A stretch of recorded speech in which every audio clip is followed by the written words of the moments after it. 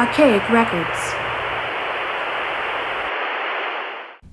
Hey, what's up, everybody? It's Archaic Records here with you again. My name is Jamie, coming at you from Nashville, Tennessee. And today we're going to go back to 1984 and take a look at the fifth studio record, Earth Crisis, by British reggae legend Steel Pulse. Now, Steel Pulse were formed in Birmingham, England in 1975 by David Hinds, Basil Gabbington, and Ronald McQueen.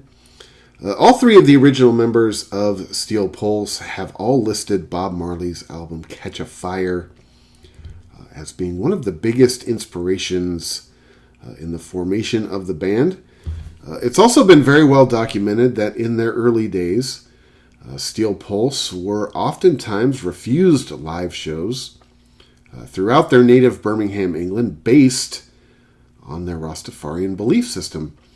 But by 1976, the band had sort of aligned itself with the burgeoning punk rock phenomenon that was exploding throughout the UK around that time, and the band began playing shows with artists such as XTC, the Buzzcocks, and the Stranglers. Now, it's always been my opinion that Steel Pulse must have felt, based on their attitude and their activism, they must have felt right at home within the confines of the British punk rock scene. And of course, it was Don Letts who famously introduced reggae into the British punk rock community back in those days when he was the DJ at the Roxy in London.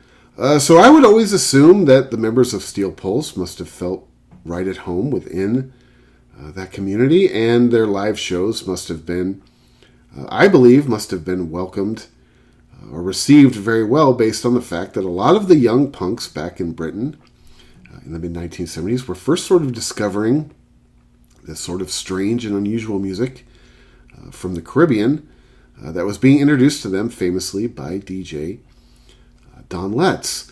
In 1977, the band signed with Island Records, and in 1978, the band released their first studio album, the absolutely classic Handsworth Revolution. Now, my personal relationship with Steel Pulse goes back to probably around 1996 or 1997 with this record, Earth Crisis, which is why I chose to sort of jump right into this record when it comes to talking about Steel Pulse. Now, I am going to go back at some point in time and talk about all of the records in their earlier catalog because every record that this band put out through their first six, to me, are absolutely classic. But to me, this was the first record of theirs that I ever owned, so this is why I'm sort of jumping ahead a little bit right into Earth Crisis. I first discovered this band probably back around 1996 or 1997. It wasn't long after I moved from my hometown down to the Bay Area. And, not long after I got settled in my new home, I realized in my neighborhood there was a house of guys who lived not far from where we did, that the neighbors sort of affectionately or unaffectionately, depending on your point of view, referred to as the punk rock house. Now, this wasn't necessarily a party house, mind you, but this was a house where oftentimes, in fact, most times, regardless of time of day, loud music could be heard permeating from it. And it was a house that I eventually got to know a couple of the guys who lived there. Now, I don't know that we were necessarily the closest of friends, but they were certainly acquaintances, and they were kind enough and hospitable enough at the time to at least put up with my nerdy self. But it was a place where I actually got turned on to a lot of different bands. It was a place, like I said, the first time I moved to the Bay Area from my hometown. This was sort of my first, group of friends outside of where I grew up. And these guys, to me, basically gave me a real education into this style of music that I was still sort of wading into on the shallow end of the pool. And one of the styles of music that these guys were all really into was Jamaican music, whether it was reggae or ska, some dub.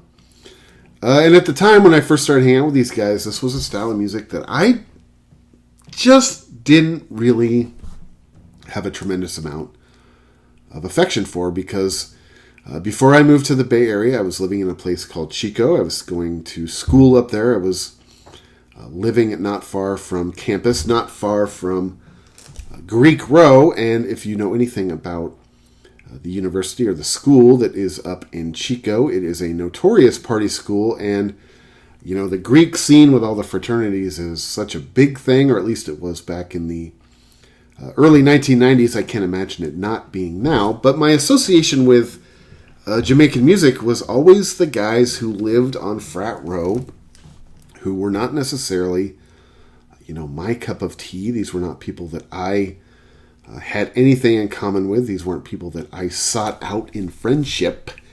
But every time you walked by one of the houses on Greek Row, it was a joke among the people that I knew that all the houses on Greek Row, somewhere in one of the windows, had a Bob Marley tapestry. It was sort of like playing Where's Waldo. You had to find which window had the Bob Marley tapestry. Now, looking back on it now, I can say with a fair amount of comfortability that these guys aren't necessarily fans of Jamaican music. They aren't necessarily fans of what a lot of these artists stand for, the social activism that all of these bands preach. I think most of it, is just based on their desire to sit around and smoke doobs, which is fine. No judgment from me.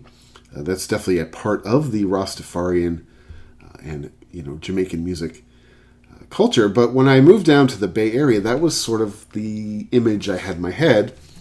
When it came to the style, the type of music, or the type of people, I should say, that listened to this style of music. So when I started hanging around all of these sort of punk rock guys, at first I was very surprised that they were all into Jamaican music. Now, again, at the time, I'm also very new into this sort of community of people, and I hadn't yet, at least at that point in time, learned the history of Don Letts and how Jamaican music was introduced into the punk rock community. That was something that I had no idea even existed. I'm actually not even sure when I really discovered that was a fact. It may have been when I first saw the punk rock movie, which of course Don Letts famously directed back in the 1970s.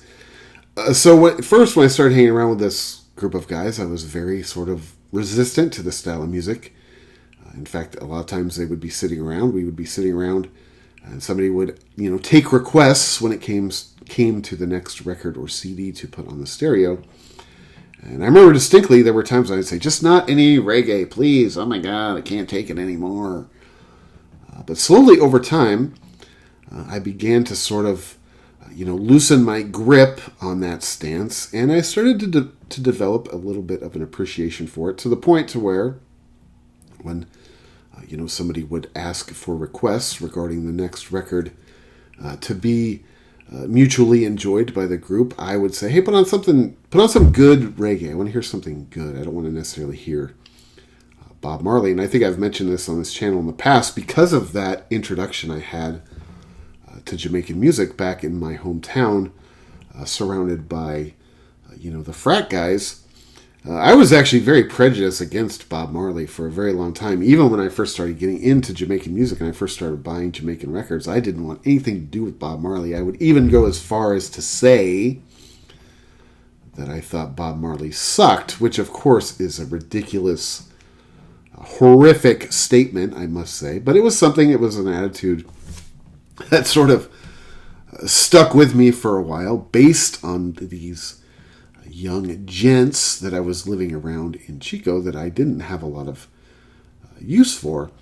And over time, I would say hanging out at this sort of punk rock house periodically with these guys who lived there, I eventually decided that I wanted to start listening to some of this music on my own. And I remember the first time I decided that I was going to buy a Jamaican reggae CD. I went into, I believe it was in my local Tower Records because I do remember that they had a pretty decent reggae selection at the local Tower Records that I went into. I used to love shopping at Tower Records. Anyway, as unfashionable as that may sound. And I remember the first time I went into, the Jamaican reggae section of my local record store. I mean, I may as well have been traveling through a foreign country. Apart from knowing certain songs, I had no idea who any of these artists were. I mean, this was all such a foreign language to me at the time. And I remember sort of thumbing through CDs, trying to remember in my head, names of artists that I'd heard these guys talking about, or, certain songs that I remember trying to look for. And of course, this was pre-internet, so you couldn't just, Google a song and find out the record that you wanted to purchase. This was something that, at least for me, you had to go and you had to put your hands in the bins and sort of dig through it. And ignorantly at the time, a lot of the CDs I started buying originally, a lot of them were just based on, album art. If I thought that the sleeve of the CD looked cool, I was certainly willing to give it a try. And in those early days, there were CDs I bought that turned out to be great, CDs and records that I still listen to today. And there were certainly records and CDs that I struck out on, which is basically how I first stumbled upon this CD at the time. I bought it on CD the first time. I remember thumbing through a Jamaican reggae section. I do believe the first time I bought this CD was at Tower. I believe I bought it new at Tower. And again, like I was just saying, I was sort of thumbing through the CDs, not really familiar with a lot of who these artists were, sort of judging books or albums by their covers, if you will. And that is why I first bought this record, Earth Crisis. At the time, I had no idea who Steel Pulse were, at least by name. Now, chances are I had probably heard Steel Pulse at the punk rock house near where I lived, because after I bought this CD, I remember telling one of those guys who lived in the house that I had purchased Earth Crisis by Steel Pulse. And he's like, "Oh yeah, man, Steel Pulse, they're just like the Jugs."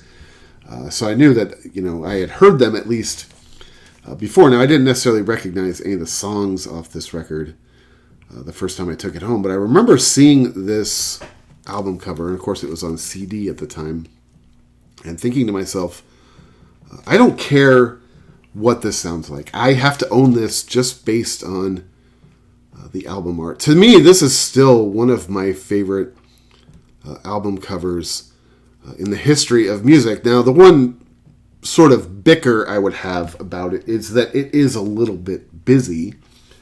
Sometimes I like album covers that have a little bit cleaner lines. But to me, this is nearly, as busy as it is, this is nearly a perfect album cover. And I remember I bought this CD, and as I was taking the bus home, I remember I just could not stop staring at it. I was just completely mesmerized by this record. And now you keep in mind, this record came out in 1984, so you've kind of got the height of the Cold War. So you've got the two big players, Ronnie and Gorbachev. You've got some pretty embarrassing, white guys up here. You've got the Pope. You've got some sort of, paramilitary riot. Police, sort of a SWAT team. You've got, some, Africans who are probably Ethiopian, I would imagine, around 1984, and then you've got something that looks like, almost like something you would see out of the Vietnam era, and of course you got another another embarrassing white guy right there. I remember at the time I thought this was probably the most punk rock looking album cover I had ever seen, and I remember turning it over and seeing a picture of the band, and these guys.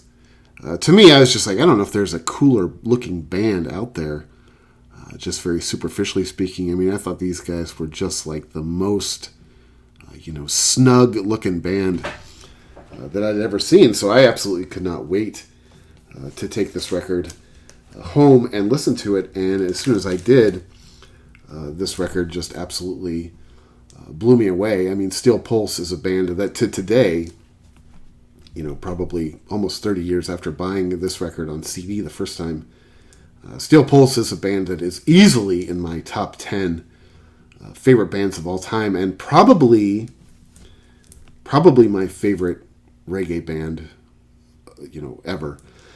So I remember as soon as I took this record home and I listened to it, it did not disappoint. It was just as good as I thought it would be based on the album art. And of course, I, immediately started going back and buying, the band's earlier catalog. Now, like I said, to me, this is not my favorite Steel Pulse record. I think that this album is a classic. I don't think there's any question of that.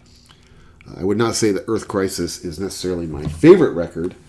Like I said, in 1978, the band released their debut album, Handsworth Revolution, which is just about as perfect an album as there is. To me, though, my favorite record by Steel Pulse is the band's second album, Tribute to the Martyrs. In 1980, they put out an album called Caught You, which I think is not quite as good as the first two, and not quite as good as the two that follow it, but still a very excellent album. In 1982, they put out True Democracy, which to me is amazing. And of course, in 1984, they put out Earth Crisis. Following this record, in 1986, they put out a record called Babylon the Bandit, which actually won them the Grammy for Best Reggae Performance, making them the first non-Jamaican artists ever to be honored with that award.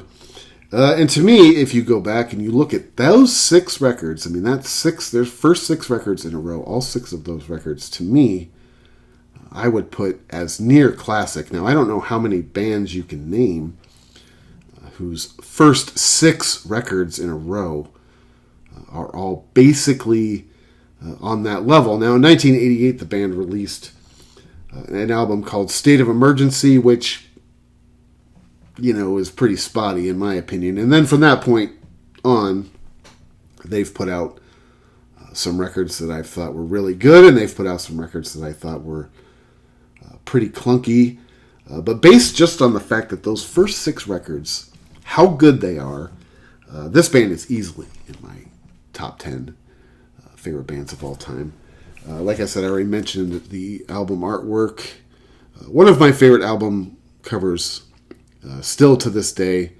Like I said, if I had to pick one thing about it that, I think it's a little bit busy, but it's just perfect. I mean, this is as punk rock as it gets. I think Steel Pulse are as punk rock as any punk rock band, and it is my opinion that David Hinds, who is not only probably my favorite reggae singer of all time, but I think that he is one of the smartest guys in the scene. Now, I tend to lump punk rock and reggae kind of in the same category. Not completely, but I definitely think that the two are related in a way. I think they're sort of, second cousins, but there's definitely some blood that they share. And if you accept that as at face value, I think that David Hinds is one of the smartest and best songwriters in the scene, in either scene for that matter. But to me, Steel Pulse are as every bit as punk rock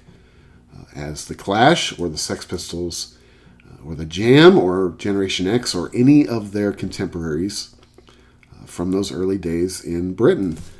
To me, this record, like I said, all 6 of their first albums, to me, are essentials. Like I said, I'm sort of jumping ahead in the catalog a little bit just because this was the first one I ever owned. This record came out in January of 1984.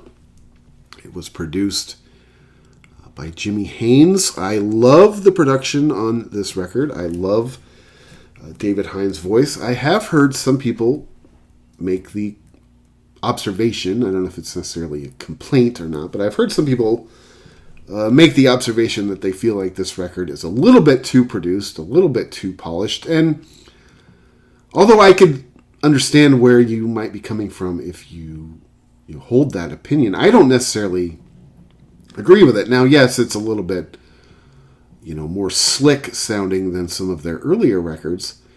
But to me, it doesn't cross the line. Now, sometimes, especially in the 1980s, some Jamaican music in the 1980s went just way too produced. I mean, this is a style of music to me that the production is very important on. You don't want it to sound too galvanized, and that's something that is true in this style of music. It's something that's true in punk rock. It's something that is true, in my opinion, also about country music. Now, I'm not a big country guy. I don't really care that much about country. It isn't something that I hold sacred, but the 80s were not necessarily the greatest time for reggae or for country music, for that matter, because sometimes the production became, it just became overbearing. And I would make the argument that the production on this record, although it is more slick sounding than some of the early stuff, it kind of pushes right up to the line, but it's still on, this side of the line. Now, you want to hear somebody who went too produced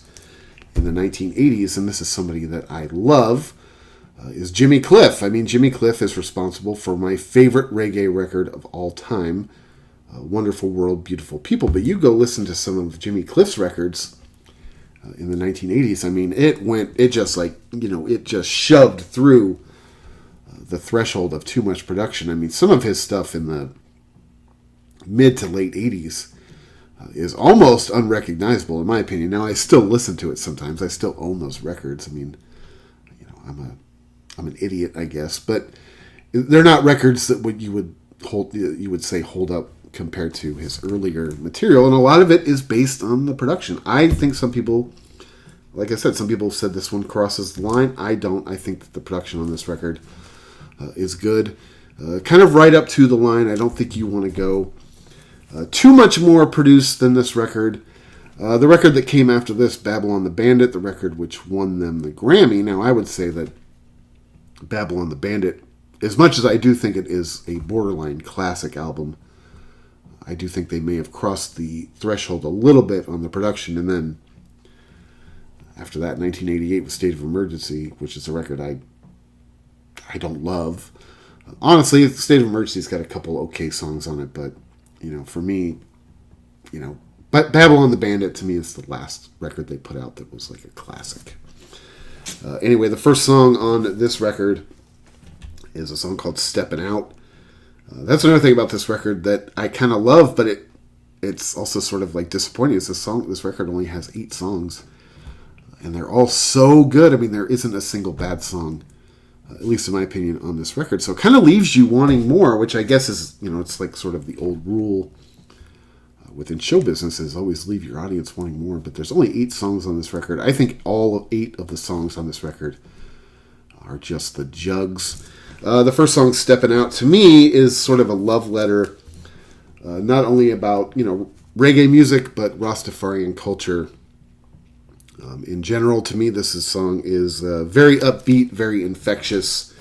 This is the song that, you just can't help but just sort of be carried away by its up-tempo groove and its sort of like optimistic feel to it. Now, this record, Earth Crisis, as you can probably imagine based on the artwork, this album goes into some pretty dark directions. But there's a couple songs on this record that are just very upbeat, optimistic, positive, I would say, and this is definitely one of them. I don't think that this song necessarily has any sort of, real political overtures. I just think it's like sort of an up-tempo love song to this style of music. This is a great song, to drive down the road after, kind of a crummy day at work. The second song after that is a song called Tightrope. Now we're kind of getting more into human misery a little bit more pessimism. I love the song Tightrope. This song sort of depicts a character who is sort of on the verge of poverty. He talks about having so many mouths to feed. How he talks about how he can't even afford to buck his toe. Somebody who you picture having a use for every single penny in their bank account. And, as I think things like inflation and the cost of housing and the cost of living and the cost of everything else goes up around us at just an alarming rate. I think that this is a song that is as relatable today as it was in 1984, especially the part of the song where he talks about not even being able to afford to, basically, the way I interpret it, is even go to see a doctor. Now, that's something that is something, at least in this country, the cost of healthcare is something that is absolutely criminal. Now, I wear a hat, as you can tell right now, or if you've watched this channel in the past, I wear a hat most of the time, not because I'm necessarily a hat guy, and I'm not really a big sports guy, but I wear a hat because I get these things on my head right here. And not that they're pretty gnarly, honestly, but I wear a hat most of the time just because I don't really want to talk about it more than anything else. I mean, I've had them my whole life. They are something that runs on my mother's side of the family. My grandfather got them, my mother gets them, my sister gets them, and I get them. Somehow my brother doesn't get them. But if he ever wants one, I've got a few that I can donate to his cause. So anyway, I wear a hat most of the time, just because I don't want to hear about it. I don't want to have to think about it. And I have this one in the back of my head right back here that is just like it's a mutant, man. I mean, this thing has got like a brain of its own. And, it's basically, it's not exaggerating. It's almost the size of a baseball at this point in time. So my wife took me to this dermatologist because I'm always in the market to find a dermatologist who will actually take care of these. And every time I go to a dermatologist, basically they tell me to go fuck myself because they don't want to deal with it. And the last time we went to the dermatologist, my wife found one that she swore by, somebody who was going to help me with this issue. Now, what has happened in the past is I get them removed and then they eventually come back. So, it's sort of this like reoccurring problem. And it's, like I said, it's not something that affects my daily life. That's why I wear the hat. So anyway, my wife took me to this dermatologist, and we go there and I walk in, and basically I had to shekel out, or I had to dough out, I should say, like $300 just to put my foot in the door. Now, I have, health care, supposedly through my work, but I had to pay $300 out of pocket just to go in and meet with this dermatologist. And I walk in, and I sit there, and I take my dumb hat off, and she walks in, and literally, in less than a minute, she walks in, says, "No, I can't help you," and she walks out. And she comes back in, she's like, "Well, why don't you, we'll take a couple pictures of them, and maybe we will send them to somebody who might be able to find you a specialist." And I was like, "All right, fine. I'm not in a very good mood right now because, I just paid $300 to have literally 45 seconds worth of medical treatment." Now, I am an idiot when it comes to math, so I can't even figure out what this chick is making hourly off of that. And so I sit there, and they all leave, and I'm like, "Are we done?" And she's like, "Oh yeah, you're done. We can't really do anything for you." And I wasn't really thinking about anything else apart from my anger over the situation.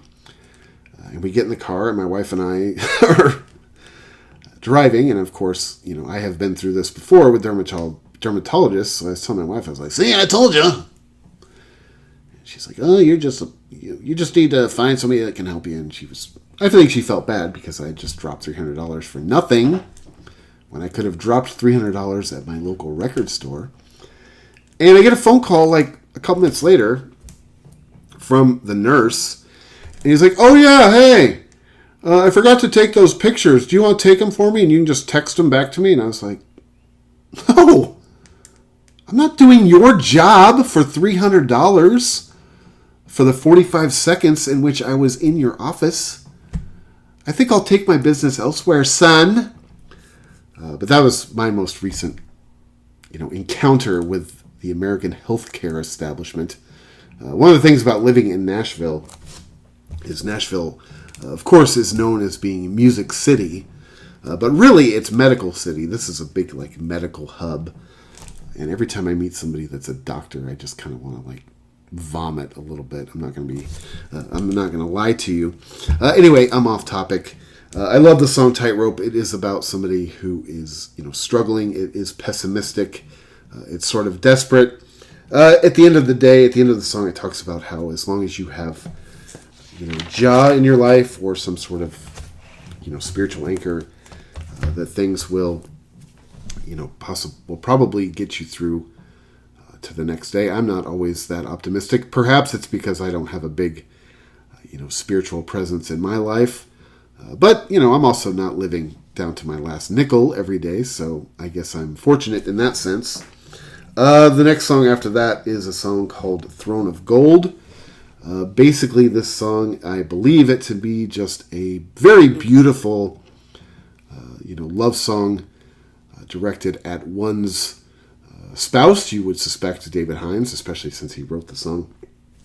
To me, of course, this is one of those songs that makes me think of my wife and how lucky I am to be in the relationship which I find myself at this point in my life, especially looking back at some of my younger years and some of my misadventures in the world of dating and relationships. This song is just absolutely beautiful. I think I've mentioned in the past that I have, I always am making playlists or mixtapes for my wife, and this is a song that is basically always one of the first ones I think of. This song is just absolutely beautiful. It very much represents the way I feel about my wife and our relationship. And, there are days when I probably don't necessarily make her feel this way because I am a human and my emotions tend to be erratic at times, or at least vary from day to day. And there are days I probably don't necessarily make her feel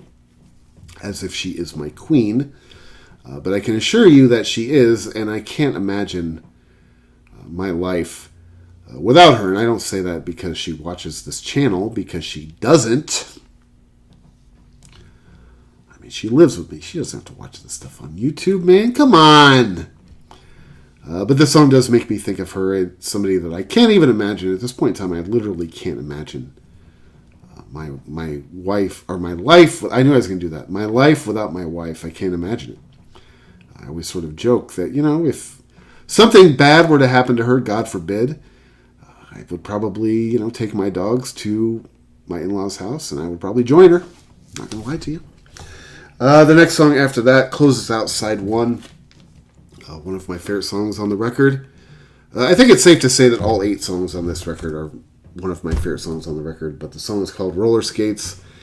I love this song. It's basically a sort of a story about a guy standing on the street corner with his boombox blasting out some tunes. Now, one thing I remember very distinctly about the 1980s, having grown up during that amazing decade, one of the greatest decades probably to grow up, at least in my opinion. I guess I'm biased. But one thing about the 1980s that was such a cool thing was the whole boombox culture. It was nothing to see a dude or a chick walking down the street with this giant boombox. They had lights, and it was always overly loud. It didn't matter what kind of music they were listening to, whether it was metal or Duran Duran or early hip hop and rap. It was just the coolest thing. And whenever anybody in the 1980s had a boombox, I mean, that was automatically the coolest guy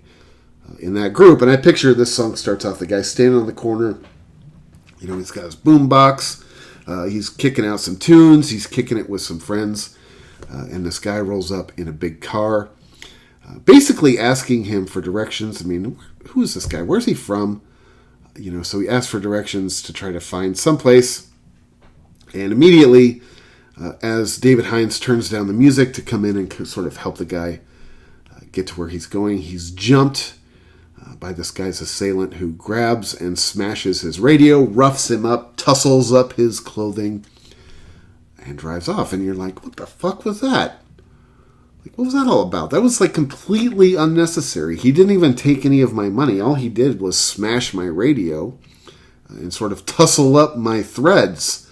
I mean, if you don't like the music I'm listening to, you can ask me kindly to turn it down, which I probably won't. But this was completely unnecessary. And, his friends sort of gather around. You all right, man? You okay? That was crazy. Are you all right? It's like, hell no, I'm not all right, man. Look at my boombox. Look at my box, man. What are we going to do without our tunes? I mean, music is life. That's basically the message in this song. But I love the story in which it's told. Like, he's just like, get off me, man. Look at my box is broken, man. We don't have any tunes. What are we going to do the rest of the day? But I love the messaging in the song. I love how he talks about basically without music, there's no reason to go on. I completely agree with you there, Dave. Side 2 starts off with, probably the best song on the record, honestly, and that is the title track, Earth Crisis. I think lyrically this is one of the greatest songs ever written by any artist in any genre. This song is just so eloquently pessimistic. This song talks about the destructive nature of humanity. It talks about, war and greed and racism and ignorance. It also talks about, man's abuse of the planet and basically how we are willing to rape this ball, basically, for no other motivation than just to pad our own pockets. Whether it's in terms of, its natural resources. It talks about also, sacrificing third world cultures in order to basically chase down things like oil. It also talks about, war and, of course, it's sort of a recurring theme on this record, especially on the song Wild Goose Chase, which is coming up a little bit later, sort of the self-destructive nature of man and how mankind is the only animal on this planet that can ever conceive of something like war. And like I said, it talks a lot about the abuse that humans commit towards our planet. And it's funny, I always think of this. Now, I consider myself to be an environmentalist. I consider myself to be somebody who is out to save the planet. But really, it's sort of the arrogance of mankind to think that we could actually destroy this planet. Now, we could destroy ourselves fairly easily, and I think that we're sort of, as a species, we're sort of oddly, obsessed with our own extinction. But I don't necessarily think that we have to save the planet. Now, we do have to save the planet in terms of we have to take care of the planet if we want it to continue to be inhabitable for ourselves. But if you look at the history of the planet, going back, 3 billion years or however old it is, the human race, the human existence on this planet is like nothing. We are nothing more than a 24-hour flu to this planet. So the planet's going to be fine, regardless of what we do to ourselves.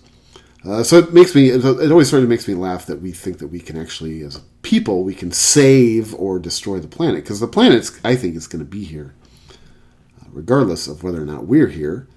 And sometimes I think that the planet would probably be better off without us. Now, I'm not saying that to be, the ultimate doomsayer, but sometimes I think that humanity on this planet has been a little bit of a plague. I feel like that, our presence on this earth is sort of making the earth feel as if it has a little bit of a virus, which eventually I think it will shake off, regardless of what we do to ourselves. Eventually I think the planet's going to just have enough of us and be like, all right, I'm done.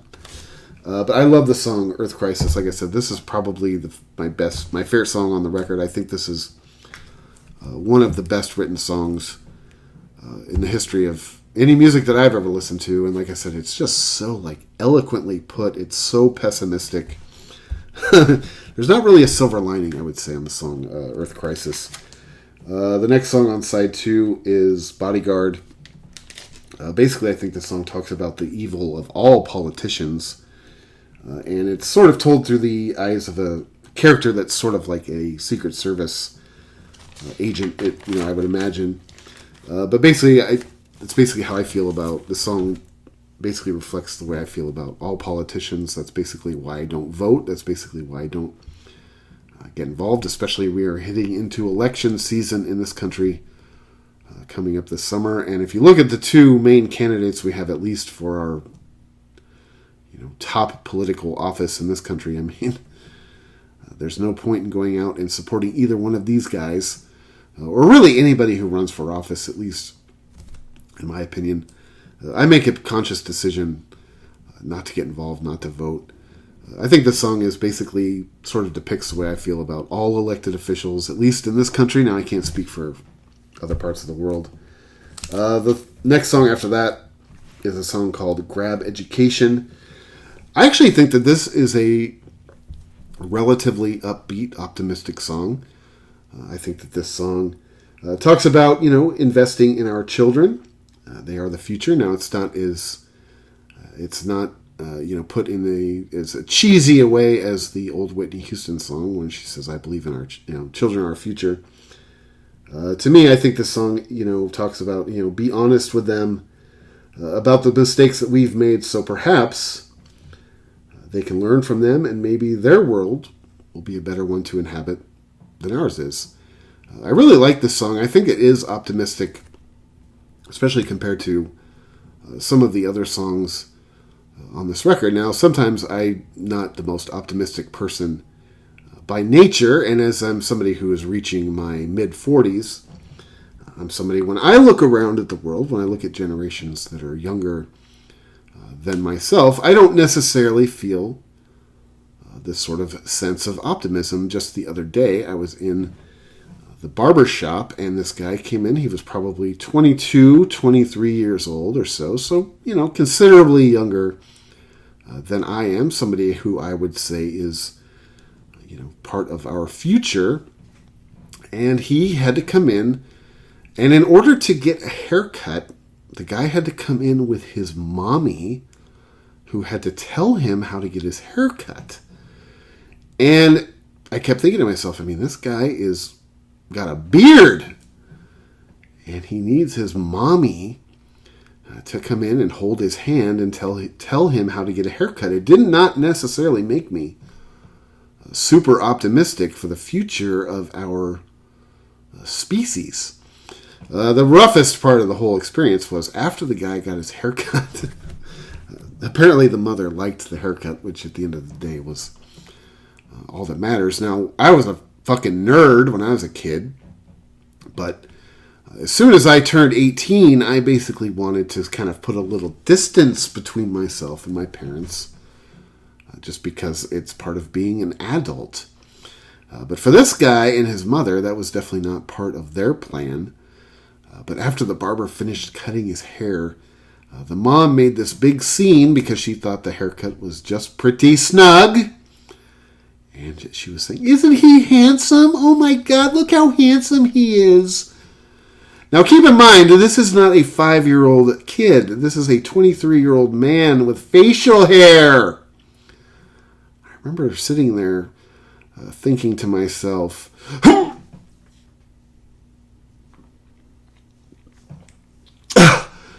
that is rough. You got to cut the umbilical cord at some time, people. I'm just telling you. You don't want to be the guy in his 40s living in his mom's basement with her bitching you out that it's time to go to the barbershop. Anyway, this album ends with a song called Wild Goose Chase, a song I absolutely love. Another very sort of pessimistic song. This song basically starts off talking about humanity's obsession with facilitating its own extinction. And then it goes through sort of several kind of examples, at least according to the way that David Hinds sees the world.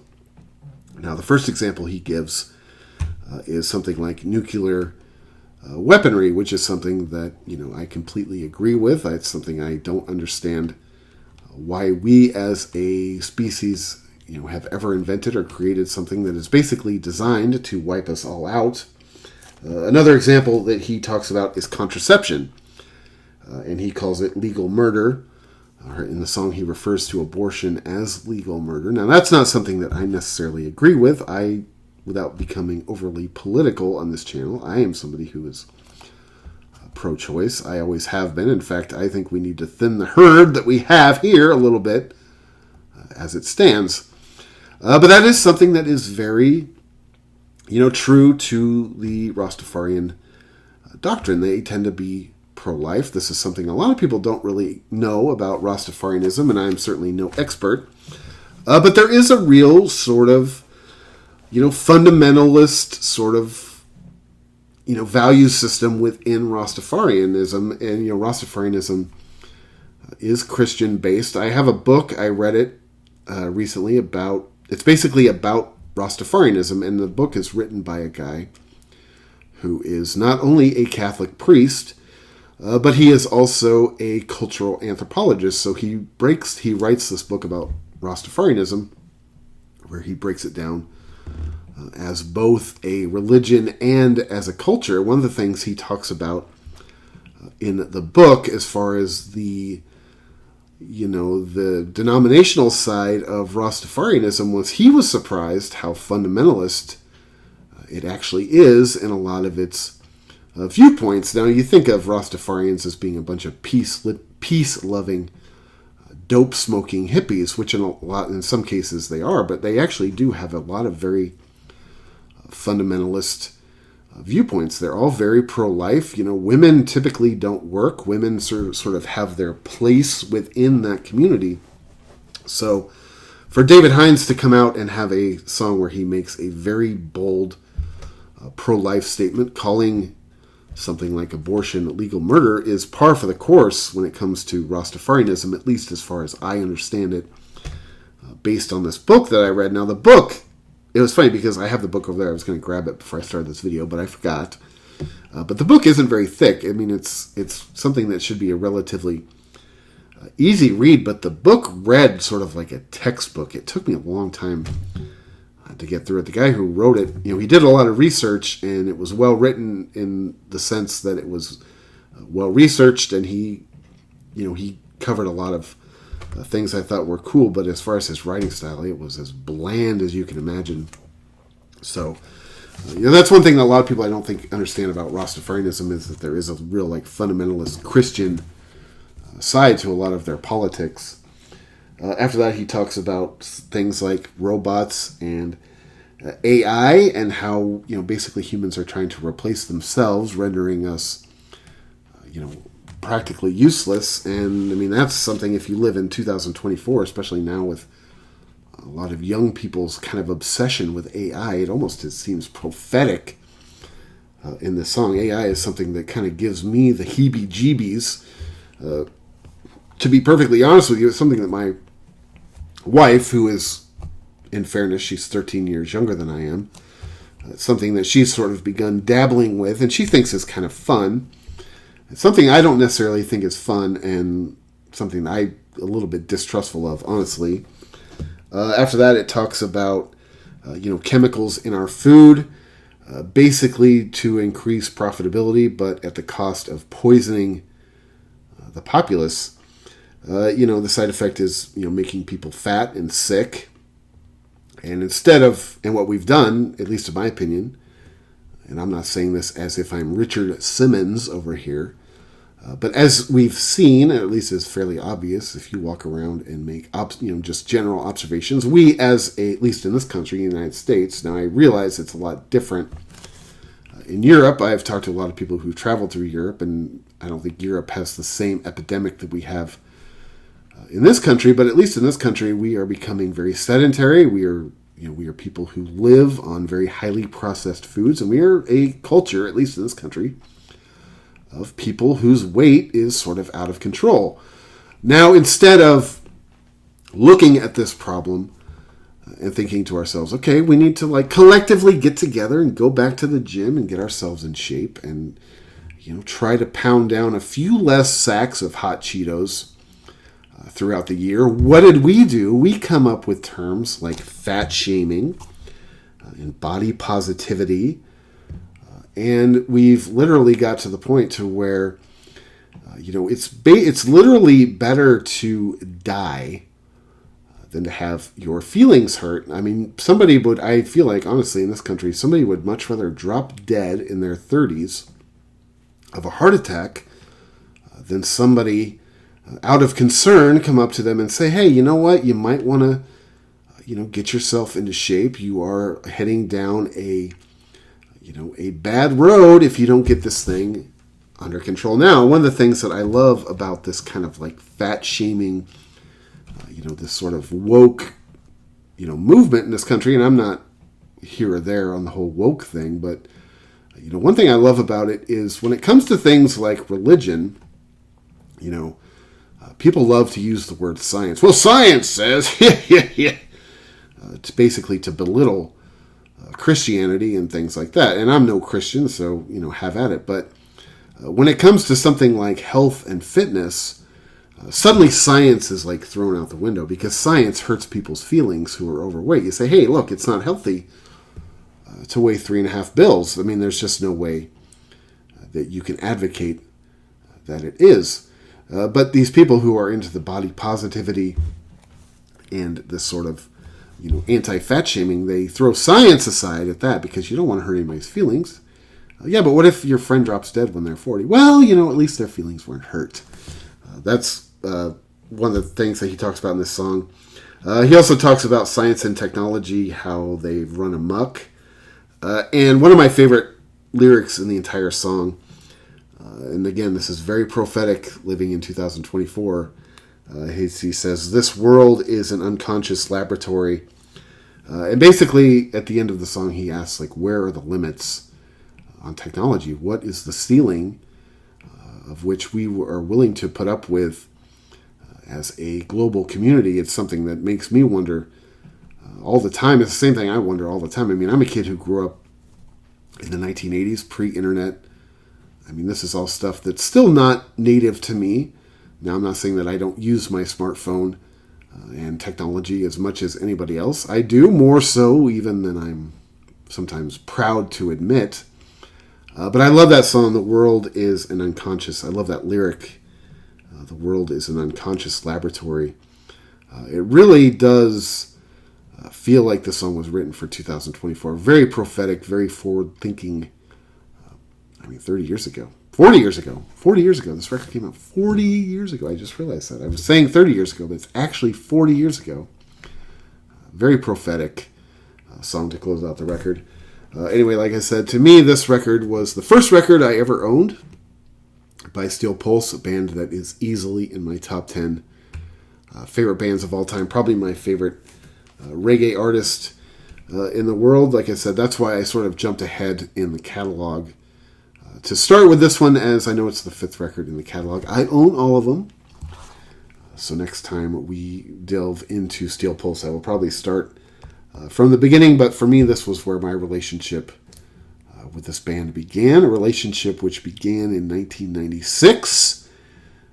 Has continued happily on ever since, and will probably continue on until they bury me in the sand. Anyway, man, thank you so much for checking out this video. This is Archaic Records. My name is Jamie, coming at you from Nashville, Tennessee. Be sure to go out and support your local record store.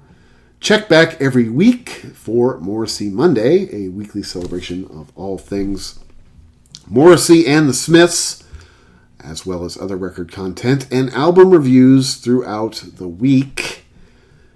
And until next time, my friends, I'll talk to you then.